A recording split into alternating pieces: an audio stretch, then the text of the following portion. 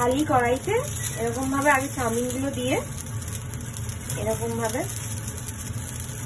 নেড়ে নিতে হবে, গরম করে দেওয়ার মতো করে হাত দিয়ে ছাড়িয়ে ছাড়িয়ে। কিনে আনা কার আগে যেটাকে ছোট ছোট করে পিস করে ইন্ডিয়াতে যেরকম ভাবে চাউমিন হয় সেটার মতো করে দেবো।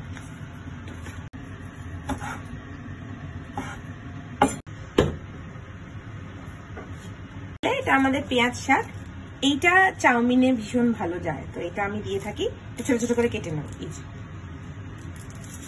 এর মধ্যে দিলাম ওই কোনেগি, কামানেগি মানে পেঁয়াজ, কড়াইশুঁটি, ব্রকলি আর গ্রিন কালারের পিমান আর রেড কালারের পিমান।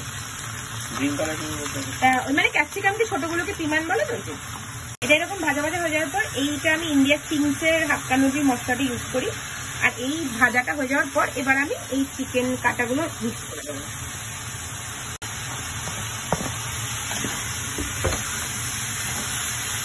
এটা চাউমিনটা দিয়ে দিয়ে মিক্স করে নিলাম, আগে সটে করে রাখা চাউমিনটা। আর লাস্টে আমি একটুখানি গোলমরিচ এটার মধ্যে ছড়িয়ে দিই যাতে ভালো লাগে। আর আমি সার্ভ করব পোচ ডিম দিয়ে।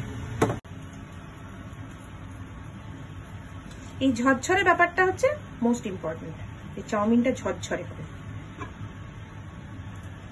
পরে দিয়ে দিলাম পোচ। আর এই হচ্ছে আমাদের আজকের লাঞ্চের জামাই ষষ্ঠীর ফার্স্ট হাফে ড্রাই হাক্কা চাউমিন।